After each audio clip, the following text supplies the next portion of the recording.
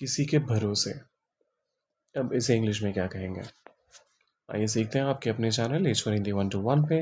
नए हैं अगर तो सब्सक्राइब करने के साथ ही फॉलो करने के साथ ही शुरुआत करिए। करते हैं शुरुआत। देखिए, अगर कोई भी इंसान अपना काम किसी और के भरोसे छोड़ता है तो उसके लिए आप इस्तेमाल करते हैं टू रिलाई। ये भी ध्यान दीजिएगा, रिलाई के साथ आप हमेशा ऑन का इस्तेमाल करते हैं। और प्रोनाउंसिएशन तो आपने सुन ही लिया, this is pronounced as rely and not anything else. Example के लिए पहला स्टेटमेंट आता है, राहुल किसी के भरोसे अपना काम नहीं छोड़ता। सो राहुल डजंट, नहीं छोड़ता, so Rahul doesn't rely on anyone, किसी के भरोसे नहीं। So doesn't rely on anyone, और किसके लिए? अपने काम के लिए, for his work.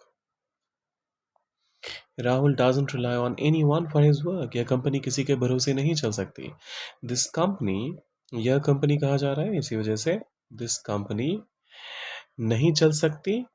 So can not rely on, और किसी के भरोसे नहीं चल सकती, एनीवन, और किस चीज के लिए चलने की बात हो रही है?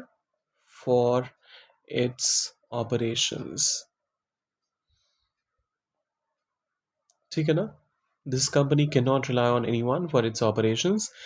कोई भी परिवार किसी के भरोसे ज्यादा दिन नहीं टिकता। नो फैमिली, कोई भी परिवार नहीं टिकता, तो कोई के साथ नहीं भी आ रहा है तो आप यहां पर सीधा सीधा कह सकते हैं नो फैमिली नहीं टिकता कहा जा रहा है। तो यहां पर आप देखिए, बेशक टिक सकता नहीं कहा जा रहा है, लेकिन मैसेजिंग तो वही आ रहा है, तो मैं यहाँ पर कैन का इस्तेमाल कर रहा हूँ। No family can rely on anyone, और किस चीज़ के लिए? ज़्यादा दिन नहीं टिकता, ये कहा जा रहा है। किस चीज़ के लिए? ये नहीं कहा जा रहा है। So no family can rely on anyone for long term. अच्छा, यहाँ पर लॉन्ग टर्म के बीच में एक हाइफन डाल दीजिए। एक अच्छा नेता, अ गुड लीडर, किसी के भरोसे फैसला नहीं लेता। अ गुड लीडर डजंट, यहाँ पर हम मोरल वर्ब का इस्तेमाल ना करके सीधा कह रहे हैं डजंट रिलाई ऑन एनीवन, और किस चीज़ के लिए मतलब भरोसा नहीं कर सकता? फैसले लेने के लिए, for making decisions, for making decisions. DECISIONS।